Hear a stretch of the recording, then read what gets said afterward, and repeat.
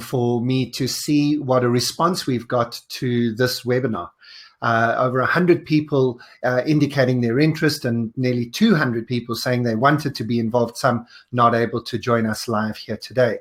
And I think that's because innovation is really, really difficult. You know, all of our companies want innovation at the moment. Our bosses are demanding it. It's right there for many companies in their values and vision statements. And yet you can't just get innovation by asking for it, by sending a memo from the CEO's office. We need to build a culture of innovation. And although every company, every organization wants innovation, not all of them are prepared to do the hard work to create a culture of innovation. Innovation is not something that you can do. It is the outcome of a variety of other things that we do. You know, I've been fascinated by innovation my whole professional career. I started work at KPMG as a young articled clerk, but got very interested in the IT consulting side that KPMG had just started back in the early 1990s. And I moved from there to one of our clients, a little IT startup, and worked with them for a long time.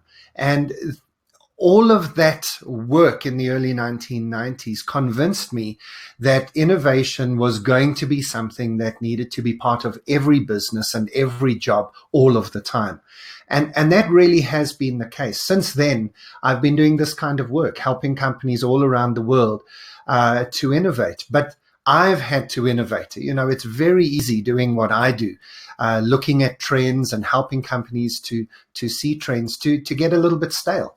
I rush from meeting to meeting, from client to client, often not having enough time to think, to step back from the day-to-day busyness, and to come up with new ideas.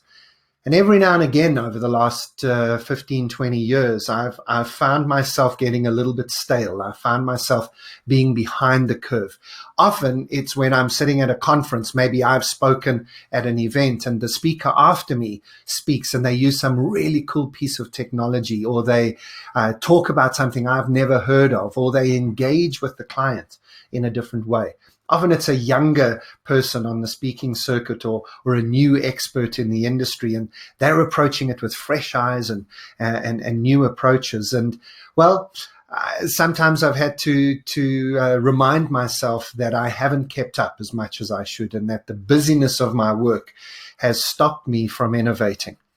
And so what I've done is I've then put in place these 5 key principles. These are principles I've had the privilege of learning from my clients. I have the privilege of working with some of the world's great companies, many of whom are very, very innovative. And I've tried to take those and build them into my own career and into our company, TomorrowToday's business. So I'm really grateful that I can share these with you today, and thank you for taking a little bit of time. Let's get into these, and I'm going to just have to make sure that I know how to flick between screens here. I want to also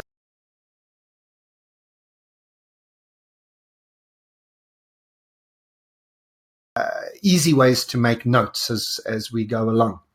So the first secret, I think, to building an innovative culture, the first secret to making sure that we are creating an environment in which innovation will actually emerge as an outcome, is to ask these 2 key questions. I think that if we build a culture of questioning how we do things, we will have created a great place to start. All innovation begins with these questions. Is there a better way? And what problems do we need to solve?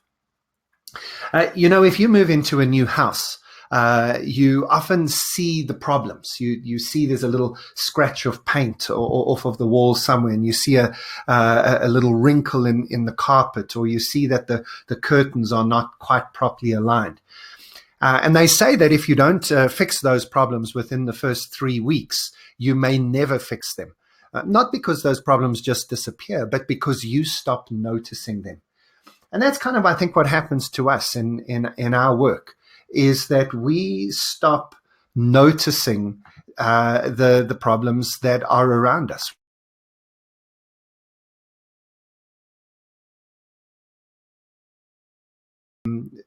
Work around the various systems that aren't quite working. When you first arrive at a new job, you might be very frustrated or even confused as to how things work in the office. And then after a while, you realize, well, around here, we can just, work around it. Or, although the rule book says that this is what you must do, in reality, you actually do these other things and then you make it work. A software program that you're supposed to use doesn't quite work. So, there's a workaround that you learn all the keys to press in order to get navigated through quickly. And very soon we forget that these are hugely irritating issues, that these are problems. And we need to address them. So innovation really starts with us stepping back and saying, what are some of the problems that we can solve? What are some of the issues that we can improve? Now, if we think about this, first of all, from a client perspective,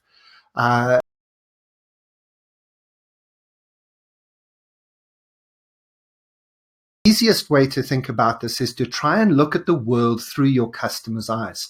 And the classic MBA case study that probably anybody who's done an MBA has seen is from Caterpillar, CAT, earth moving equipment company. Many years ago, the leaders at CAT sat down and they asked this question: what do our customers do with what they buy from us? Now listen carefully to that question. We know what customers buy from us. They buy earth-moving equipment. But what do they do with that earth-moving equipment? They don't want earth-moving equipment. In fact, pretty much every company in the world, the people who buy your stuff don't actually want your stuff. They want to do something with your stuff. I know it's a small thing to say, but it's important. You see, for CAT, people didn't want earth-moving equipment. They wanted the earth moved. And so what Caterpillar did was they moved into leasing, they moved into hire, they moved into service delivery. Well, we're not going to sell you a Caterpillar earth-moving equipment or vehicles. We're going to come and dig a hole for you. And you know what? They made a lot more profit out of that. There are other more simple examples. Parker pens, for example. Very few people in the world bought a Parker pen for themselves. I wonder if you have a Parker pen. Most of us do have one at least. I wonder if you bought it for yourself. Have a look at my screen. If you're not looking at the screen, have a look at the image I've got there. Do you see that Parker pen? That's one of the cheapest Parker pens you can buy. But have a look at how it is even packaged. On a cardboard background, sort of laminated onto that cardboard. But the cardboard has a gift wrap built into it. Why? Because Parker know that people don't buy pens for themselves. They buy pens to give to other people. Almost every Parker pen in the world has been given as a gift. Parkers are not pens. Parkers are gifts. And the same, by the way, is true of Toblerone. Toblerone is not a chocolate that you eat. It is a chocolate that you buy when you forgot to buy a gift for your family on the way home from the airport. Well, that's certainly how I use it. That's why Toblerones are sold in airports mainly.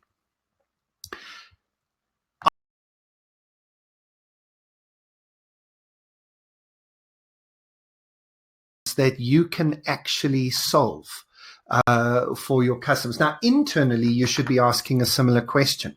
Don't just focus on your job.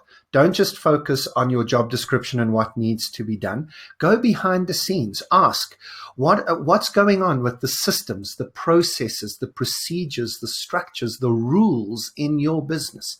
Identify one issue this week, one thing that is irritating, confusing, clunky, and ask yourself, how can I make this better? Is there a better way? That genuinely is the heart of all innovation.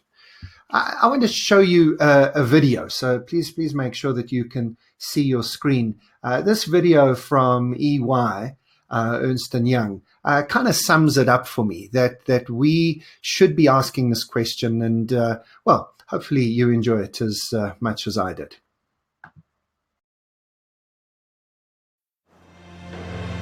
The legacies given to us by the great men and women of history all began with questions like, can this work better?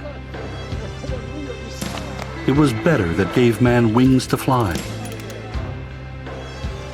Better allowed us to shape our dreams and drive innovation. Better has remade us and transformed our health. Better has given us great art and new ways to create it. And better has given us leaders who fought to improve our lives. The same question, can it work better, is at the heart of everything we do, which is why we have an ambition to build a better working world. And the question is, what legacy will you create?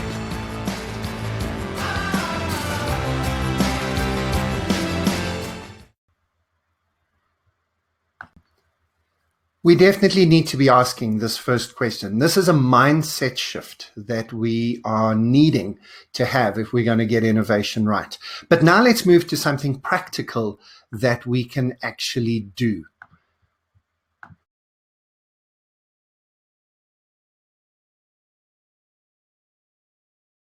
Is probably the most important, and that is that we have to build a culture of experimentation in our workplaces. When Indra Nooyi became Pepsi's CEO a number of years ago, she wanted to change the culture at Pepsi. And so she said there are only going to be two rules now at Pepsi. The first rule is that you cannot get into trouble if you fail. You cannot get into trouble if you make a mistake. The second rule is that the only way that you can get into trouble is if you don't ask for help when something's going wrong, or if you don't give somebody help when they ask for it. And what's happened over the last few years is that Pepsi has begun to see a lot more innovation emerge because they have created this safe environment for people to be able to experiment. You see, one of the great myths of innovation is that we need to wait around for the eureka moment. Sometimes a eureka moment happens. You know, when Fleming discovered penicillin by mistake, that's a total exception to the rule. And those exceptions do exist, so that is a possibility, but that can't be a strategy. Much better is to follow the model of Thomas Edison, the founder of GE, who went about completely systematizing experimentation. And here is where we do need a shift in our mindset, because when we hear experimentation, sometimes we freak out a little bit, and our bosses can freak out and think, well, it's anything goes. You know, we just put the kids in the lab and throw some chemicals in, and hopefully they don't blow anything up. But actually, experimentation, the type of experimentation you were taught to do at school, is not haphazard and crazy. It's very structured. In fact, you might remember a little bit of science back at school, where you had a particular structure for experimentation. Here's something that I remember from school, a science lab report. It starts, if you can see this, with an introduction. What are you going to try and prove? What is your hypothesis? Now, in scientific terms, you need a hypothesis, something you're trying to prove or disprove. Then you have to indicate what materials do you need? What do we need in order to do this experiment? We then go ahead and list all the procedures, and then we start the experiment. We begin to record the data, what is actually happening step by step. And then finally, we go into analysis. What did we observe? What do we think was going on? We have some discussion about this. We collaborate with other people. And finally, we come up with a conclusion. This is genuinely what we need to be doing if we are going to experiment properly in our workplaces. But this is not something that should be haphazard. This is not something which we just make up as we go along. We need to say, should we be experimenting with working from home or changing the way we run meetings or improving our email communications? Should we be experimenting with different forms of customer engagement, different staff rewards, anything? Set up an experiment, come up with a hypothesis, set out how you want to go about doing it, then do it for a number of days or weeks, measure it as you go along, analyze it, discuss it with everybody, and then make a decision. This is not haphazard, crazy, anything goes. This is focused experimentation, and every single one of you should have 2 or 3 experiments on the go at all times. Now, of course, some of those experiments are going to fail, and we mustn't do things that will blow our businesses up. But as Bill Gates said, look, it's fine to celebrate success, but it's more important to heed the lessons of failure. We must learn our lessons. If something isn't working, stop doing it, try something else. The experiment was well worth doing, even if we discovered that it in the end didn't give us the value that we wanted to. You cannot have innovation if you're not prepared to have experimentation and failure. The third thing that we need to do, and this obviously flows, is to give people the freedom to be creative, to give people incentives, to measure them appropriately, to give them accolades and rewards when they show curiosity, when they are experimental, when they do try things. And even, yes, to measure and reward the failures, to thank people for trying something, even if it didn't work, because at least now we know that it doesn't work. So what we want to do now is just quickly ask for your input and for your opinions.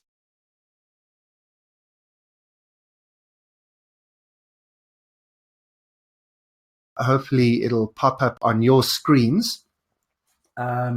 And we'd like to just ask you, what are you doing in your companies to actually recognize innovation? We've seen a number of things that different companies do. They give people financial rewards. They do public recognition. They acknowledge the innovation and boast about people internally. They sometimes take people away from their normal day-to-day jobs and involve them on a project. If they've come up with a great idea, they say to them, well, why don't you try that idea? They can give people prizes other than financial rewards, other sorts of prizes, gift vouchers, things like that. Some companies give time off. I suppose that would be a good incentive for all of us these days. And some companies, of course, do nothing. Now, your company might do something clever or cleverer than that. So if you are, I'm going to see if I can get this going and start the poll. So if you're watching your screen, a poll should have popped up for you now. And please, if you would just fill that in and let us know. And you'll see as everybody's filling it in, we'll get some idea of what your companies are doing. If it's something other than what we've got in the list, please would you just give us a little insight into that in the chat facility as we go along. Do you know, most innovation programs don't work. Many of your organizations have innovation setups where you can go in either in a simple form, just a suggestion box, or some have very sophisticated software. But our experience is that most of those don't work because there isn't a reasonable or good feedback system to people who are giving great ideas. We have to actively encourage people to innovate by measuring their creativity and enhancing it. One of our companies, Baloise, a Swiss-based insurance company out of Basel, does some magnificent training with their staff. They realized obviously there's some technical training to do, but almost half of the training that they do has got nothing to do with your job description or your actual work, and everything to do with developing you as a person, developing your thinking skills, developing your creativity. Now, maybe you don't work for a company that will do that for you, But hopefully you work for a company that will at least encourage you to do that. You can go and do these courses yourself. There are many different courses online that will help you to develop your creativity. Companies should actively encourage curiosity. And here I'm going to give you a book recommendation. There are many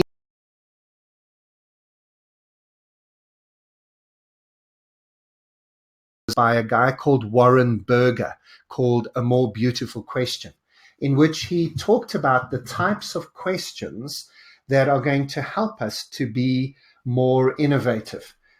He talks about questions that are going to be ambitious and actionable. Ambitious because we have to ask bold questions to innovate, and actionable because big questions that we can't do anything about don't lead to change. He talks in the book about 3 types of questions. The why question, he calls that the naive question. The what if question, that's the dreamer's question. And then finally, the how question, that's the realist's question. And we need all 3 of these types of questions: why questions, what if questions, and how questions. And we need to be curious. We need to reward people for questioning rather than punishing people who ask questions. And we need to measure the innovation process. Now, listen, talking of questions, you can ask me questions. Please go to the chat facility in about 5 minutes or so. I'm going to stop talking and we're going to have an opportunity to answer some of your questions. So if you have any questions or any contributions, please put them in the chat facility. Jude will be watching them. Right. The 4th thing that we need to do is we need to embrace difference. This is not a diversity conversation.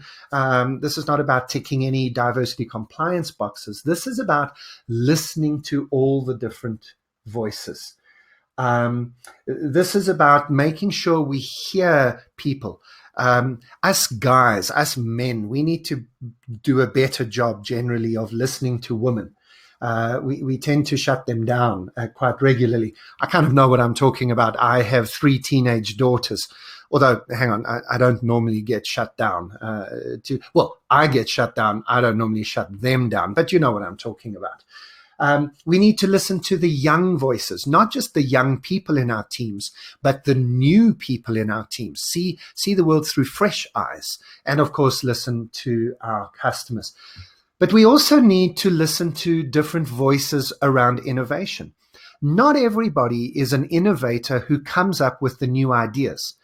Some people are innovators who are more the engineers. They see how we can take that great idea and turn it into something practical.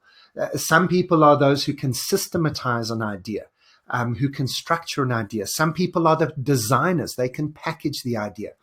On the screen, I'm showing you another book recommendation called The Innovator's DNA. And here, 3 guys who are really worth listening to around innovation. Jeff Dyer, Hal Gregerson, and Clayton Christensen talk about the 5 different innovation skills. You know, for you personally, as you listen to this webinar, you should really have a clear idea of what your innovation skill is. It's kind of like your personality profile. Not all of us are introverts, some are extroverts. You know, not all of us are thinkers, some of us are doers. And when it comes to innovation, there are different stages to the innovation process. Not all of us are good at coming up with new ideas. I'm actually not great at coming up with new ideas. I'm brilliant as the second person in the process, the person who sees a good idea and becomes an advocate for that idea and then is able to take it the next 3 or 4 steps. But I'm not the guy to finish a good idea either. I don't like the last 20% of neatening it up and taking all the wrinkles out of it and putting it in a package. That I need to leave to somebody else. Finally, when it comes to innovation, we mustn't be scared to think big. Yes, of course, we must think about innovation step by step.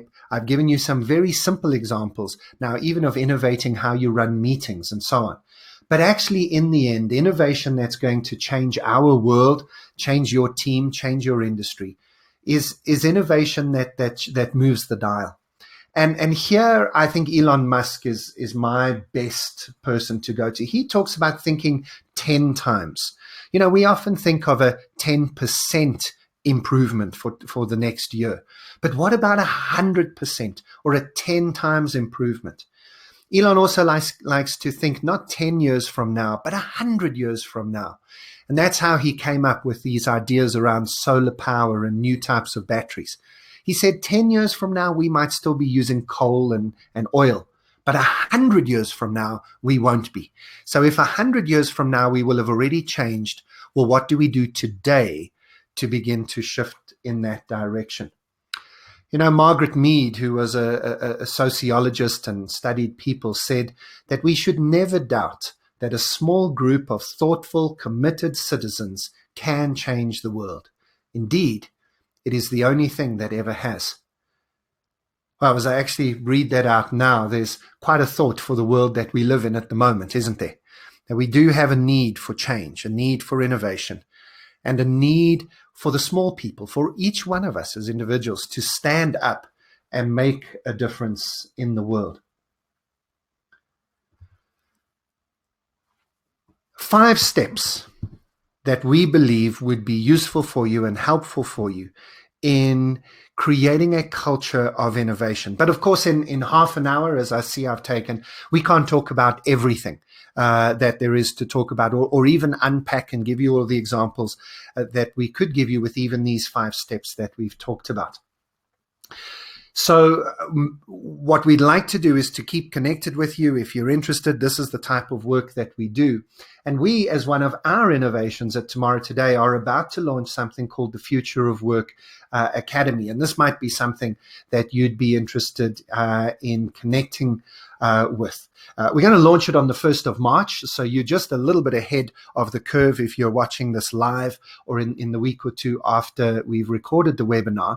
But from the 1st of March, you'll be able to get access to the Future of Work Academy, which will give you ongoing resources on a month-by-month basis. We're going to be providing some of our online courses as part of this academy. We're going to be providing resources to you for leadership, team development, personal growth, organizational design, future trends and strategy, very easily accessible, very practical resources, and including monthly webinars like we're going through now. And we're also going to have a book club where we're going to take some of the books that our team reads and we're going to give you insights, summarize them, and also have conversations about them. The Future of Work Academy will cost $38 per month as a membership fee. But right now, you can actually get into this academy as part of being on this program, on this webinar right now. If you are live with us, if you're watching this later as a recording, this doesn't apply to you. But if you're live with us today, then look at the offer that we've just put on your screen, and you can get access for $1 for March. You can, if you don't like it, you can get out of it. You can get your money back. We're not asking you to sign up for any longer than that. But just have a look at it. If you're interested, just tell us, click on the yes, please, sign up for it. We'll send you more information and make sure that you are in the system when we launch the Future of Work Academy on the 1st of March. If you'd like to get hold of me and connect with me, there are my contact details. I'll leave them up on the screen for a little bit. But right now, let me stop talking. Let me pause and let me go now into our chat room to have a look and to see what questions you've asked. If you haven't asked any yet, please do so. I do see a few questions coming through. So Deborah, first of all, thank you. You gave us some feedback. You said that we are only starting to implement innovation as a culture. So this is useful for us in putting some of the structure around it. Thanks for that feedback, Deborah. If you're only starting at the moment, then you're in the perfect position to implement some of these things. And my suggestion for people who are only starting or who maybe haven't started yet, if you kind of feel that as you sit in your office, you don't really have a culture of innovation, when you talk innovation, the bosses can obviously and can sometimes take months to put this through a formal process and so on. It can be quite an intimidating thing. So just start small. Just start with your team. If you're a team leader or even just part of a team, I suggest that at your next team meeting, you pick up that issue of experimentation. And go, remember what I said, go through it scientifically, as a bit of a science.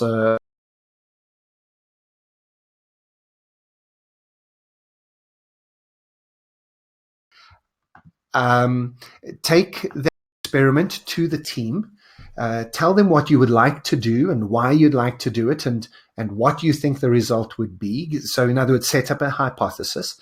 Then say to your team, this is what I want to do. Be very specific about it. And then how long? Set a time limit on it.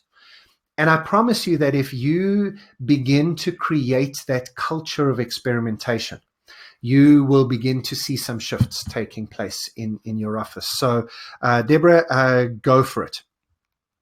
A question came in from Ashley. How does one go about setting up an innovation forum? Is it best to ask for volunteers or to choose people? Ashley, that's a great question. Certainly, you absolutely do need to ask people to volunteer. So whatever you're doing in terms of an innovation forum, you definitely must open it up as wide as possible and let as many people as possible volunteer for it. But I would also suggest that you target a few people. What you're wanting to do is at least two things. The first is you are wanting to make sure that key parts of the business are actually represented. Now, here I'm not talking about some kind of political representation where you've got the decision maker from each department in the room. That'll just kill innovation to start with. But what you want is you want different voices represented.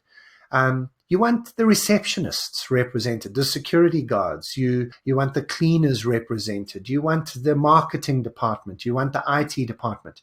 And often you can go to the younger people, the newer people in the team, maybe someone who is known to be a little bit crazy, and invite them to join the forum. So it's a bit of a combination. If you've got an innovation forum, definitely you want volunteers and to open it up to whoever wants to come. But certainly you might also want to target people. Christine, you asked, how do we measure innovation? And that's a really great question. Thanks for asking it. Because, pardon me, with innovation, actually, you can really only measure the output, right? You can only measure the innovative idea or the creative idea, or at least that's what we think. But thank you for asking this question, Christine, because you've given me the opportunity to just add a little bit of extra information.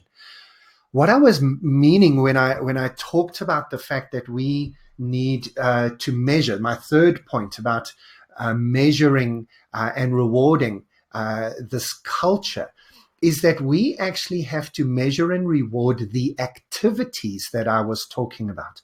So, for example, we can measure the number of ideas that get generated in an ideas brainstorm or an ideas box. So I would give an award every month to the person who comes up with the most ideas. Doesn't matter whether these are good or bad ideas, crazy ideas, practical ideas. I would simply recognize the person who gave the most ideas. Then obviously you filter those ideas. You might get 100 ideas, but only 10 of them are worth taking forward. At that point, we need to recognize those 10 ideas. And again, maybe give an award or certainly just public recognition to the ideas that are taken forward. At that point, there might be 3 ideas that are worth considering. Now, some of our clients do a very cool thing at this stage. They take those 3 ideas. They take somebody from HR or marketing or the innovation team, and they sit down with the person who came up with that idea.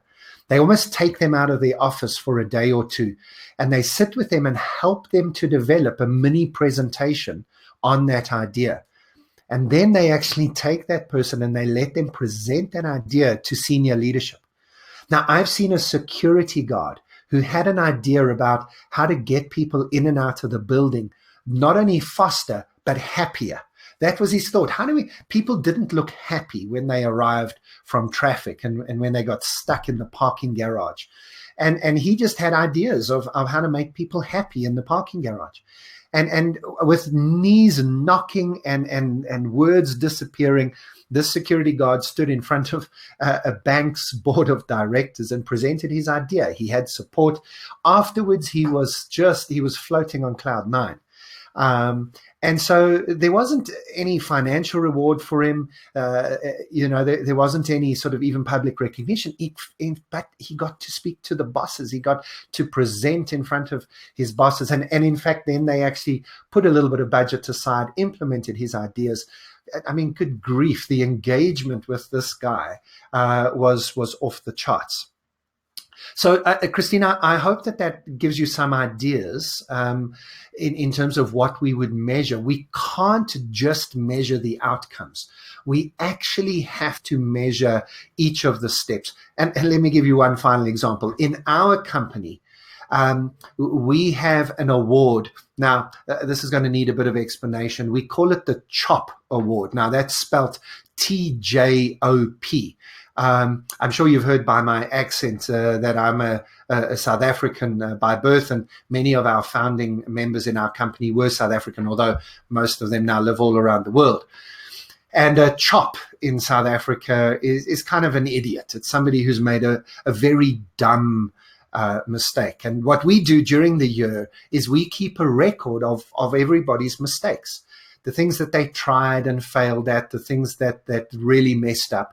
And at the end of the year, we choose the winner, and they actually get a little. They get a little prize. There's a little cup that goes with it that gets handed over, and part of it is fun, obviously, but part of it is a recognition that we recognize that making mistakes is part of the job. It's part of what we want you to do when you work at Tomorrow Today, because then we know you're pushing the boundaries, you're on the edge, you're trying new things, you're not scared to make a mistake. And yes, in case you want to know, I have won the CHOP Award in the past, but I'm not going to give you those details today.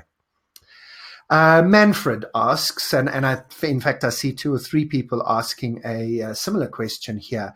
How does one innovate in a very time-constrained environment?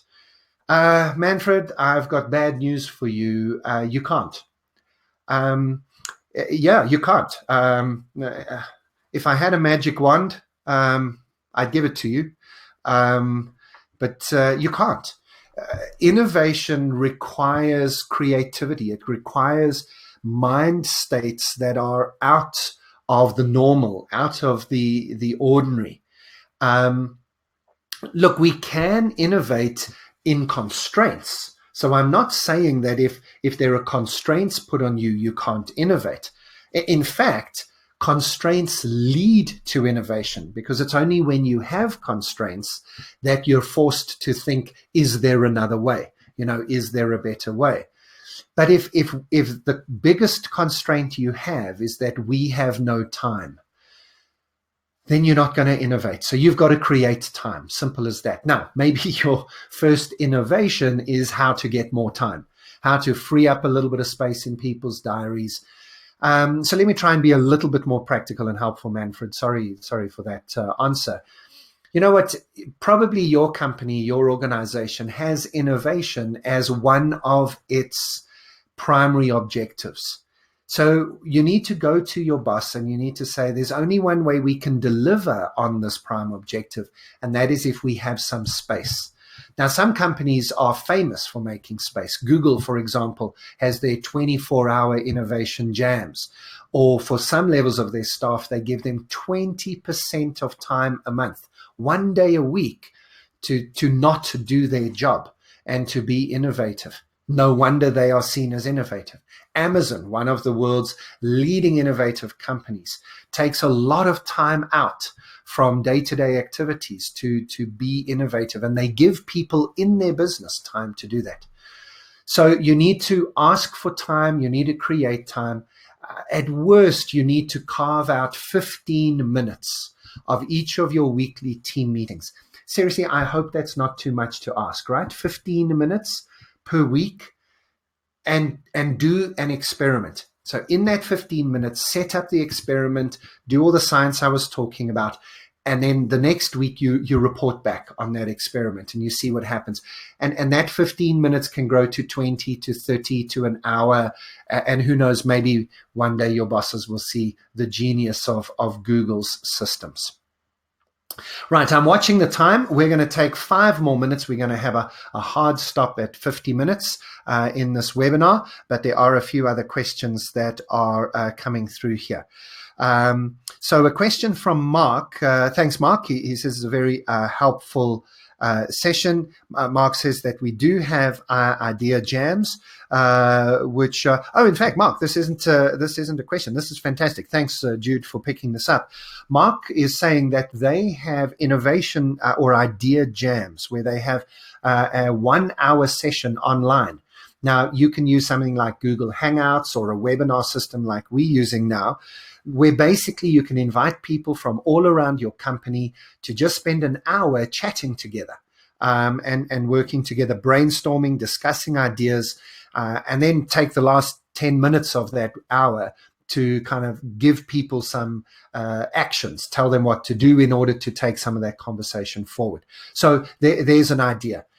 Just set up a 1-hour idea jam, Manfred, and see what happens. Thanks, Mark, for that idea. Edmund asks, are there generational tendencies when it comes to innovation? Mark, I don't know if you know us well. We do quite a lot of work around different generations. And the answer to that question is absolutely.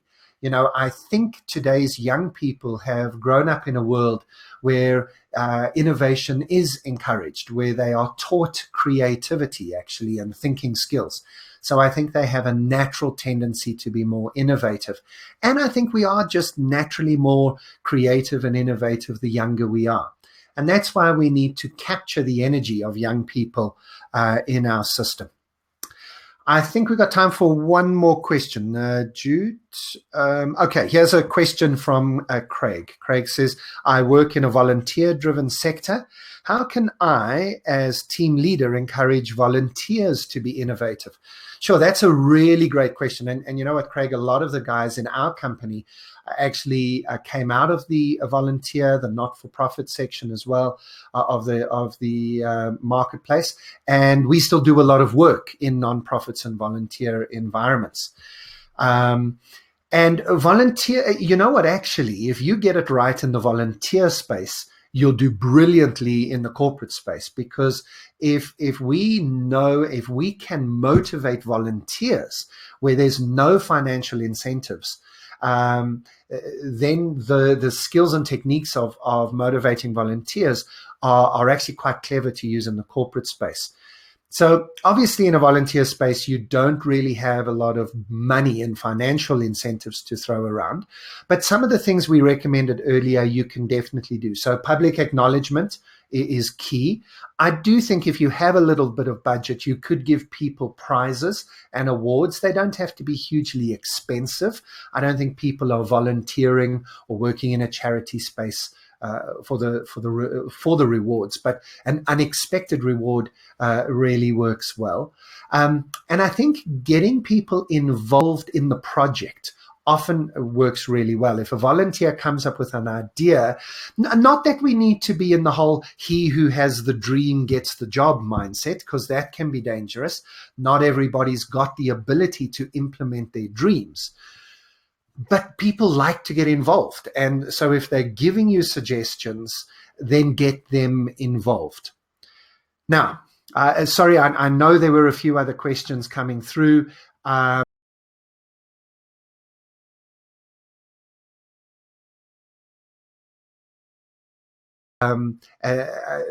here are my contact details again.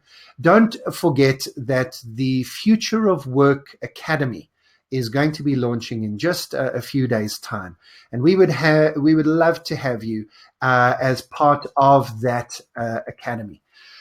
If you've been part of this live webinar, our offer still stands. You're welcome to take March, our first month, and join us as one of the first people into the Academy for just the cost of $1. Please click on the offer button and make sure you take us up with that offer. If for whatever reason the technology has failed us and you haven't seen the offer, just drop us an email, send us a note, and say that you're interested, and we'll send you some more information. You're all welcome. Otherwise, check back again to the futureofworkacademy.com after the 1st of March and have a look at what we've got available there. I hope you've enjoyed this webinar. I hope it's given you some great ideas and that you get back now to whatever it is that you're doing with your life, to your work, and innovate more. Please stay in touch with us. We're going to have regular webinars now available from the Tomorrow Today team, and we'll keep you informed of what the next topic will be in a few weeks' time. Thank you again for joining us, and enjoy the rest of your day.